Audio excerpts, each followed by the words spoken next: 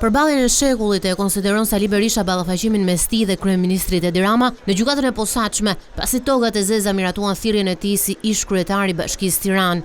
Kjo deklaratë u bë nga kreu demokrat pasi shleu detyrimin e tij për të paraqitur në SPAK.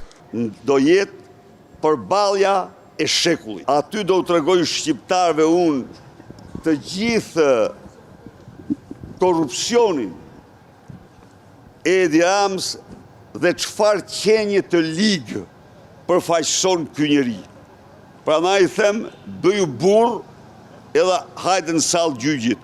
Përndryshe, nëse nuk ta mban, urdhro të zgjidhni studio televizive, do vi si një delinkuent. Nëse në 30 prill do të jetë pjesë e seancës kur do të merret edhe dëshmia e Tauland Ballës, që ishte iniciatori i çështjes Partizani, pas kallëzimit që i bëri në SPAK, Berisha shprehet: Nëse gjykatësi ose avokati kërkon që unë t'jem aty, do t'jem pa diskutim.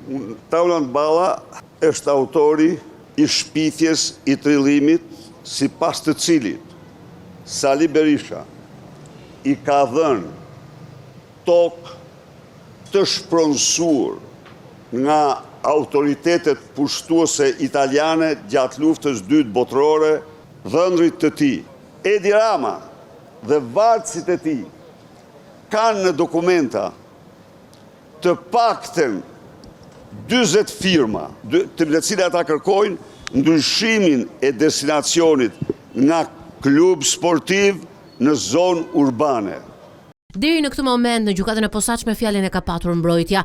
Avokatët kanë argumentuar se Berisha nuk mund të vihet në akuzë për një vendim që është kolegjial, pra një vendim i Këshillit të Ministrave nuk mund të bëjë me faj një kryeministër, pasi është i përbashkët, e po ashtu edhe aktet nuk janë individuale.